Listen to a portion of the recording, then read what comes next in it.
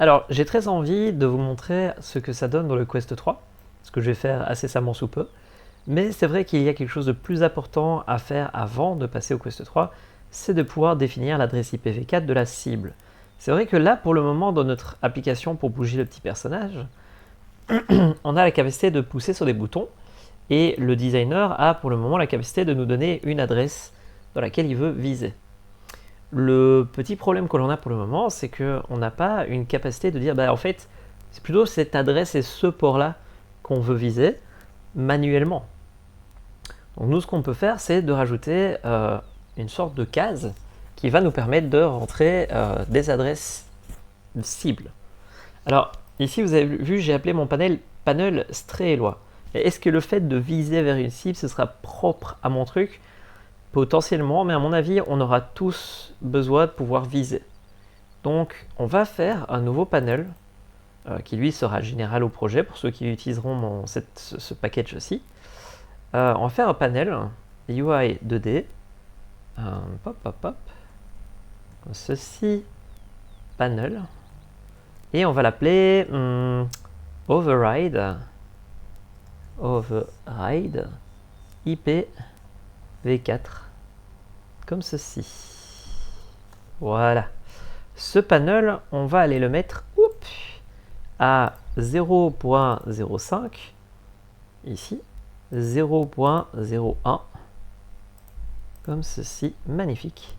Et alors mon panel à moi, je vais le mettre dans un panel qui sera pour le groupe. Donc je vais créer ici un nouveau panel que je vais appeler UI 2D. Hop, hop, group of panel. Voilà. Le group of panel, lui, il sera placé ici. Voilà, magnifique. Tous deux, on va les mettre en matrix style, c'est-à-dire en noir, comme ceci. Voilà, magnifique. Alors, dans ce override, on va aller placer mon Eloi. Et on va lui dire, en fait, tu respectes le 100%, donc tu te cales. Alors, le override, vous avez vu que je l'ai un peu mal foutu.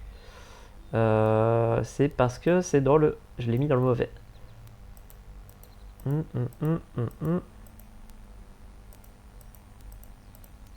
Ouais. Nous, dans notre override, qu'est-ce qu'on veut avoir? On veut avoir un input field. Qu'on va ajouter ici à UI. Nanana. Et on veut un input field. Voilà. Un input field, ça ressemble à ceci. C'est un endroit où on va pouvoir rentrer du texte. Et ici, on va pouvoir dire, dans le placeholder, c'est ce qu'il y a quand il n'y a pas encore de données. Et on va dire write IPv4 2.port virgule other IPv4. Use virgule to split them. Voilà. Donc en gros, on dit utilise un IPv4 port et utilise des virgules pour les splitter. Ok. Donc ici, on a ça qui va être marqué en grisé. Le truc, c'est que notre fameux input field, là, on va le mettre pour qu'il soit assez grand. Donc on va le mettre en 0, 1, 0, 1, hop, comme ceci. Alors, un input field, quand il est édité par un utilisateur, qu'on va évidemment mettre en noir, avec du transparent, et on va le mettre avec du texte en vert. Le placeholder, on va le mettre en vert clair. Comme ceci. Voilà, magnifique. On a fait notre petit input field. Ce input field là-bas, on va devoir lui dire, écoute, si jamais tu es édité par quelqu'un, alors fais quelque chose. Ici, on va pouvoir dire on value change. On va faire quelque chose. C'est pas dans le change, c'est dans le end edited. Donc on va dire ici qu'on veut affecter notre sender UDP. Est-ce que notre sender UDP, il a déjà une méthode pour écrire par-dessus les IP? Non, pas encore. Donc on va aller le faire. Ici, il va nous falloir rajouter une petite action. Public void push integer to Qu'est-ce que je raconte? S underscore qui va s'appeler pam pam pam override IP 4 and port virgule from this text. Voilà. Ici, on va lui mettre ceci. On va ouvrir. Alors, qu'est-ce qu'on veut avoir? Oups. String text. Voilà. Ce qu'on veut faire, c'est lire chacune des lignes et les séparer. Puis, chacune des lignes. C'est pas vraiment chacune des lignes. Ici, c'est gouré parce qu'il a deviné ce que je voulais faire et puis en fait, c'est pas vraiment ce que je veux faire. Moi, ce que je veux faire, c'est séparer là où il y a des virgules. Donc, on va faire chacune des lignes. On va les avoir. Maintenant qu'on a chacune des lignes, on va... Déjà ici, on va nettoyer celles qui sont ici. On va supprimer tout, hein, vu qu'on décide de mettre des nouvelles. On va split les lignes. Et maintenant, il nous faut split à partir du 2 points. Parce qu'en fait, le 2 points va nous permettre de savoir si c'est une adresse IP. S'il y a des 2 points, à ce moment-là, c'est qu'il veut viser vers quelque part. Donc on regarde, est-ce qu'il a bien le port? Parce qu'il faut viser à l'adresse IP, mais il faut aussi donner le port pour pouvoir viser.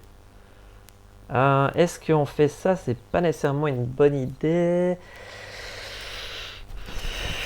On va faire ça, Donc ici, on va dire, si jamais il y en a 2, c'est que le gars, il veut me donner une adresse IP et son port. Donc on prend l'adresse IP, on la nettoie avec le trim, on essaie de deviner si c'est à port. S'il est à port, à ce moment-là, ça veut dire qu'on veut l'ajouter. Donc on dit on ajoute une adresse IP et on ajoute un port. Bon, par contre, si jamais on trouve qu'une seule partie, déjà, ce qu'il va falloir essayer de faire, c'est de vérifier que c'est une adresse. Est-ce que c'est une adresse ou pas?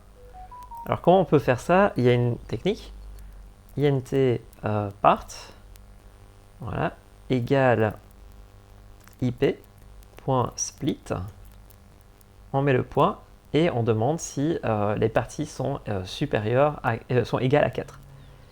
If part est égal à 4 et end. Pourquoi? Parce qu'une adresse IP, IPv4, c'est censé n'avoir que 4 parties. Donc ici, on va faire pareil. On divise par 4 et on dit si jamais elle est divisable par 4, comme ceci. Alors, c'est qu'on a une adresse IP à ajouter. Tada! Magnifique! Alors, si elle n'a pas d'adresse, si elle n'a pas 4 parties et qu'on n'en a qu'une seule, c'est peut-être un port alors qu'on veut ajouter. On va dire if la partie c'est plutôt un port, else if. Si on arrive à traduire ce qu'on nous a donné en un entier, c'est potentiellement un port et on va l'ajouter. Ce qui fait qu'un utilisateur du coup peut nous donner une adresse IP, il met des virgules pour les séparer, il peut les séparer par ça pour donner l'adresse et le port, dans lequel cas on l'ajoute. S'il ne nous donne que un des deux, on regarde, si c'est une adresse IP, pouf, on l'ajoute à une adresse IP, si jamais c'est un port, on l'ajoute en port et tada! C'est-à-dire qu'à partir d'un bout de texte, l'utilisateur va pouvoir ici nous ajouter les adresses IP et les ports à viser. Bon, je ne vous parle pas d'un cours sur les QR codes, mais vous allez avoir un cours, si vous êtes étudiant en formation XR AR, vous allez avoir un cours sur Vuforia et sur les QR codes. Vous pourriez scanner un QR code et ajouter le texte du QR code. Et dans ce texte, vous mettez exactement le même format qu'ici, ce qui veut dire que quand un utilisateur passe devant le QR code, ça lui propose d'apporter les targets et ça apporte les targets. Dans le cas où vous avez un routeur dont les adresses sont fixes, ça peut se faire, ça peut être assez sympathique. Ok, override API port from this text, magnifique. Normalement, maintenant, ce qu'on va pouvoir faire, c'est de dire, écoute, si jamais ici quelqu'un édite ce texte, finit d'éditer ce texte, tu lui donnes et tu essayes de le traduire. Override IP and port with this text. Tadam! Alors, le truc, c'est que si le texte il est vide, vous faites quoi? Rien. If nul on empty, rien. Et finalement, est-ce que ça vaut la peine de nettoyer si on n'a rien trouvé? Peut-être pas.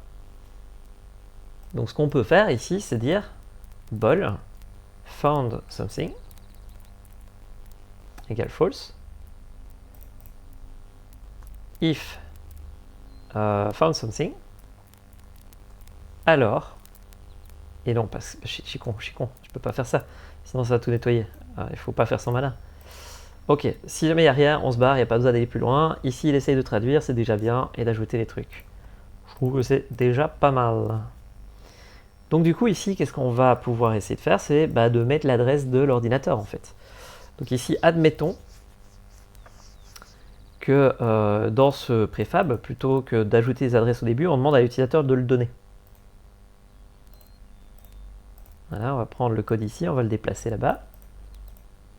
Add from editor.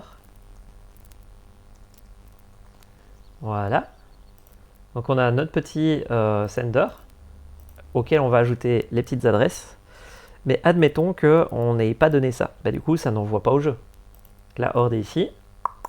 Le serveur, il est ici. Quand je vais faire play, je vais pouvoir bouger le personnage seulement si j'ai ajouté les adresses. Vous voyez, ici, je vais faire play. Voilà. Next enemy, il fonctionne pas. Les pouvoirs... Pourquoi il fonctionne? Ah oui, parce que je me vise moi-même. Là, je suis en train de viser mon ordinateur. Parce qu'on avait dit d'ajouter au début 127.0.1 avec le port 7074. C'est pas grave, c'est pas grave. On va faire avec. Ce que j'aimerais bien pouvoir tester, c'est d'envoyer sur un autre ordinateur. Mais basiquement, ici, l'idée, c'est surtout qu'on va pouvoir faire ceci.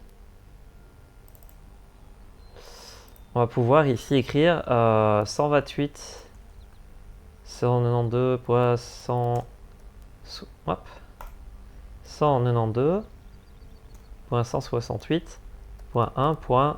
Je ne sais pas moi. 197, voilà, 2.7073, virgule, et puis là on va mettre autre chose, genre 127.0.0.1, et puis on va mettre 2.704, voilà. Donc en gros là ce qu'on est en train de dire c'est, mon petit gars, quand j'ai fini d'éditer, tu peux en fait envoyer ces trucs là à cette adresse là-bas, à celle qui se trouve là-bas en 73, et celle qui se trouve là-bas en 74. Et vous voyez que soudainement les sorts ils marchent plus. Parce que pour l'instant on a écrit par-dessus sur ces deux adresses là. Sauf qu'il y a eu une erreur d'exception, il y a eu une socket exception. Du coup c'est aussi pour ça que ça marche plus. Send, ici on va lui dire si tu n'arrives pas à l'envoyer, c'est pas grave, tu ne fais rien. Try. On va protéger pour empêcher que ça fasse des erreurs.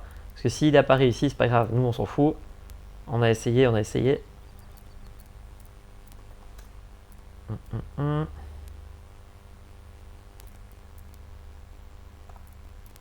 On sauvegarde.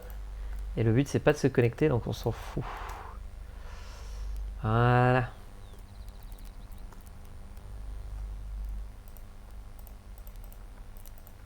Ok. Ça évite de tout péter. On aura des erreurs, mais ça évite de tout péter. Voilà, alors, on fait play.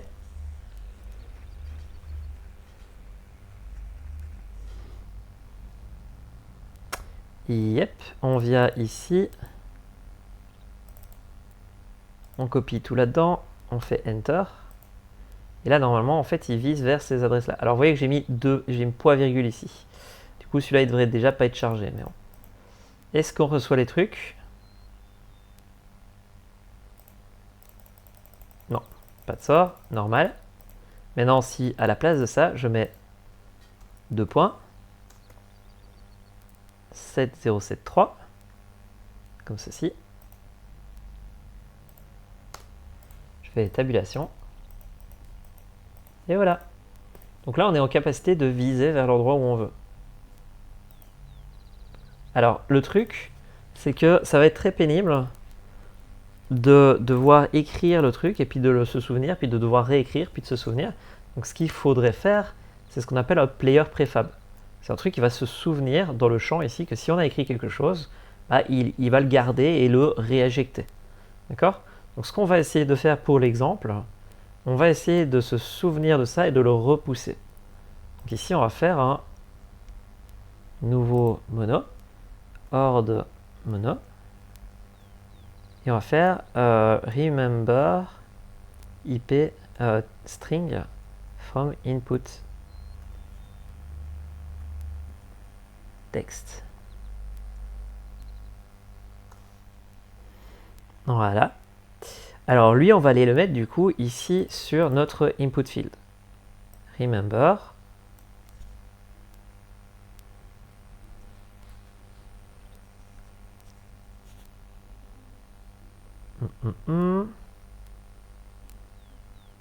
Est-ce qu'il a été mis? Voilà. Magnifique. Et donc, ce qu'on va devoir faire, c'est de dire, bah, quand le texte il est changé, ici, tu vas le donner au sender, effectivement, mais tu vas aussi le donner au remember string. Et lui, à chaque fois qu'il va recharger, bah, c'est pas grave, il va réinjecter, pouf, dans le texte ici, une nouvelle information. Donc on va aller dedans, voilà, on va lui dire public void save string, voilà, on lui donne un petit bout de texte, voilà, et en fait ce qu'il va aller faire, c'est qu'il va faire ceci. Il va dire player prefab, peux-tu sauvegarder dans cet ID? Et là on va lui donner un ID, GUI ID est égal à GUI ID generate.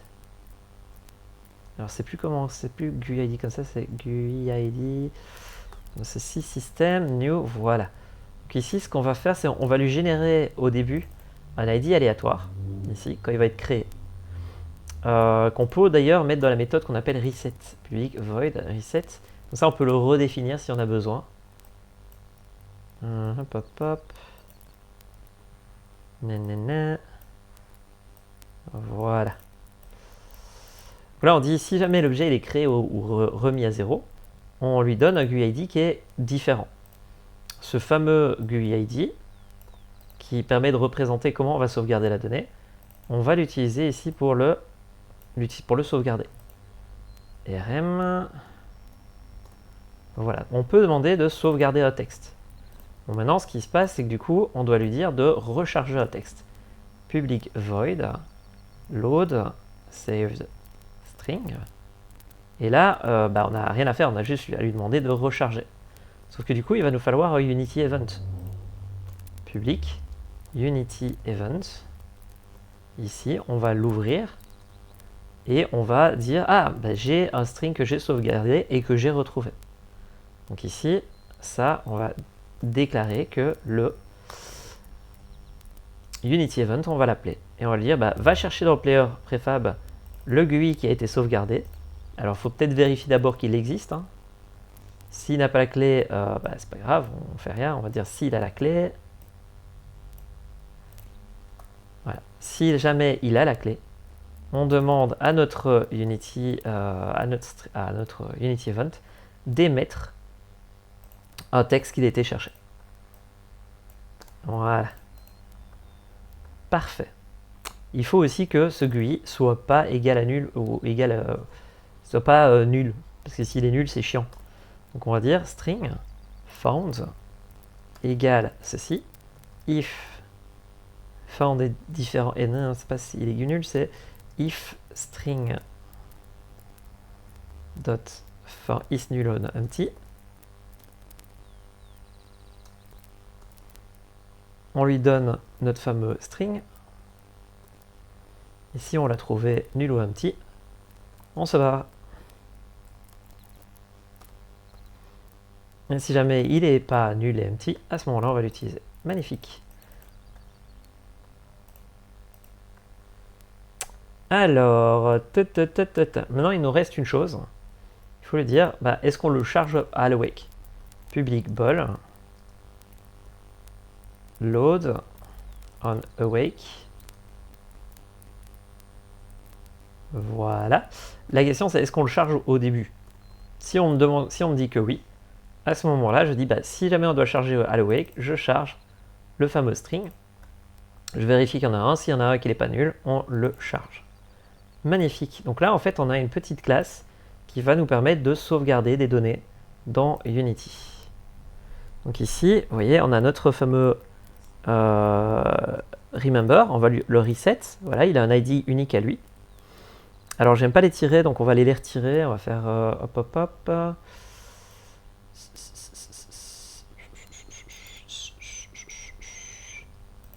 Dot replace. Il n'y a pas de dîner, non. Par ceci.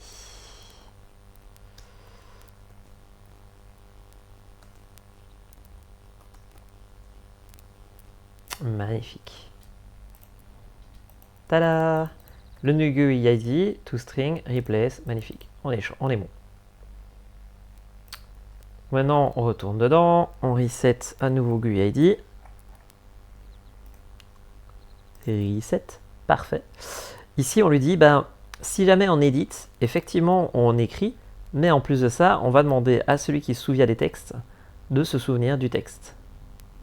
Alors, est-ce que c'est propre à un input field? Pas tellement, en fait. On peut l'utiliser pour plein d'autres choses que l'input field. Donc, on va le renommer et on va l'appeler from remember string player prefab. Voilà, ce sera beaucoup mieux. Parce que basiquement, on dit juste souviens-toi de ce string, et peu importe d'où il vient, on dit juste vas-y, sauvegarde-moi dans le player prefab de Unity. Alors le player prefab de Unity, il a un avantage, il est facile à utiliser. Bon, le désavantage, c'est qu'il n'est pas installé sur des fichiers, ce qui veut dire que quand vous réinstallez l'application, il perd toutes les données. Donc ici, à chaque fois qu'on va réinstaller sur Android, on va reperdre le champ qui est là-bas. Pour l'utilisateur, c'est pas un problème, mais pour nous, développeurs, c'est vraiment chiant. Alors, du coup, ici, ce qui va se passer, c'est qu'on va lui dire, bah, tu sauvegardes, et quand tu charges au début, tu prends la donnée que tu as trouvée, tu vas voir notre input field, et tu lui redéfinis son message, sans notifier, et en même temps, tu vas chercher notre fameux sendInt machin, et tu lui redéfinis, tu lui écrases dessus ses IP. On sauvegarde, on fait play. Vu qu'il n'y en a pas, il ne devrait pas le faire. Donc on ne devrait pas avoir un texte. Voilà, vous voyez ici, il n'y a pas de texte qui est visé. On va aller le remplacer. Donc ici, je vais dire, moi ce que j'aimerais bien viser, c'est 192.168.200.23. 2.7073. Voilà. Je fais Enter, et donc là, il ne devrait plus envoyer de trucs. Ici, il ne devrait plus m'envoyer de signal sur la horde. Maintenant, si je l'arrête, et que je le redémarre,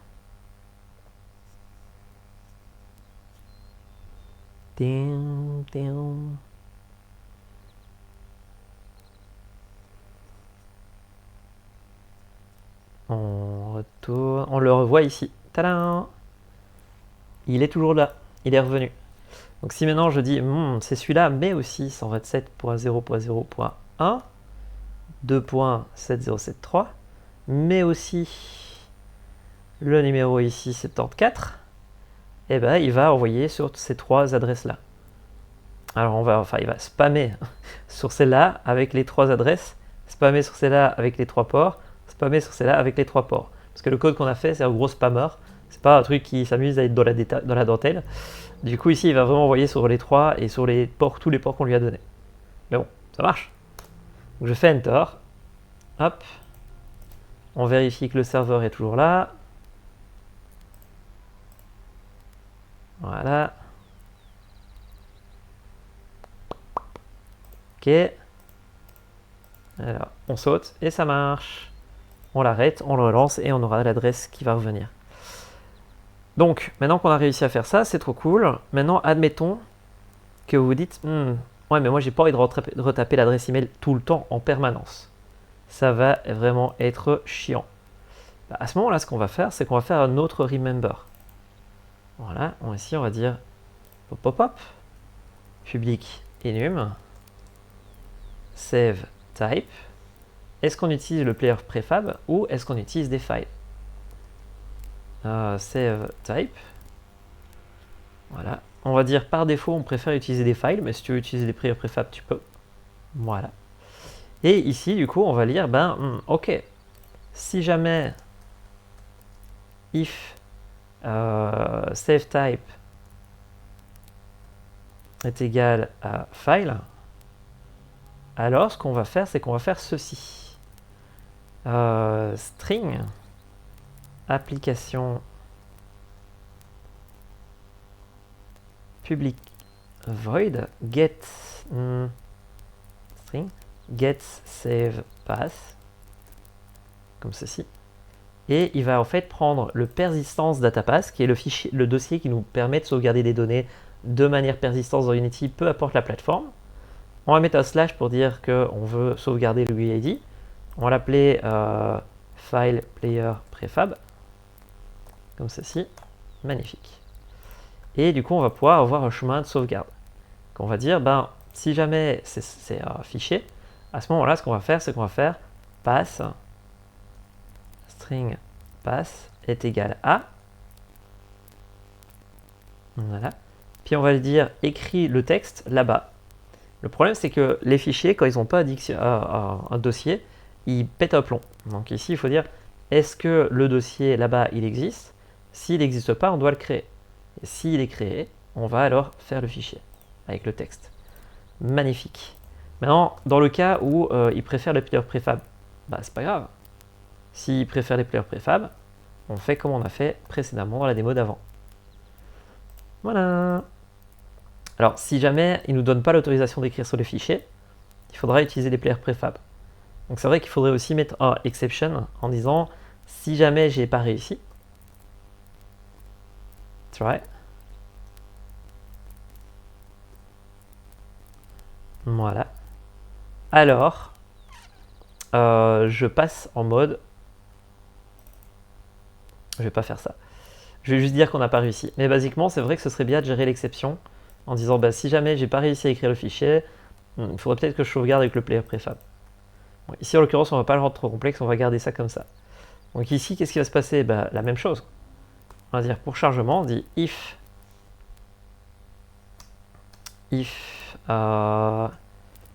m save file est égal à file. Alors, on ouvre du code. Ici, on lui demande de nous donner le chemin. On vérifie que le fichier il existe. Si le fichier il existe, on le lit. Si on l'a, on le propage. Et si jamais, une fois qu'on a fini, on retourne.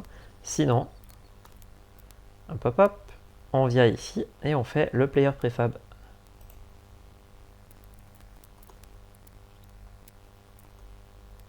Tada! Si c'est un fichier, on chope le pass, on essaie de le lire. Sinon, on essaie de faire un player préfab classique. Voilà, on sauvegarde, on revient dedans. Donc vu qu'on a fait ça, normalement on devrait avoir la possibilité maintenant de choisir si on veut en fichier ou en player préfab. Donc nous ce qu'on va dire c'est en fichier. Et là on va dire au chargement tu charges.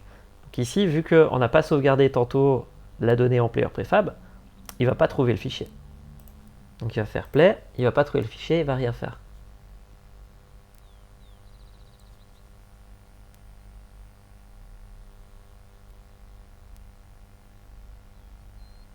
Voilà. Maintenant, ce qui va se passer, c'est que je vais rentrer ici le mot de passe 127.0.0.1 2.7073 virgule 127 comme ceci, sans des virgules et 4. Magnifique. Je fais Enter. Donc là, normalement, il a écrasé par-dessus. Donc si je l'arrête et que je refais play, hop, est-ce qu'il va le recharger? Est-ce qu'on va avoir une erreur? Voilà, il a retrouvé. À la différence que ici, on l'a sauvegardé dans le chemin d'accès de ce truc-là. Bon, ce que vous pouvez faire si vous voulez débugger, c'est peut-être de faire ceci. Hop.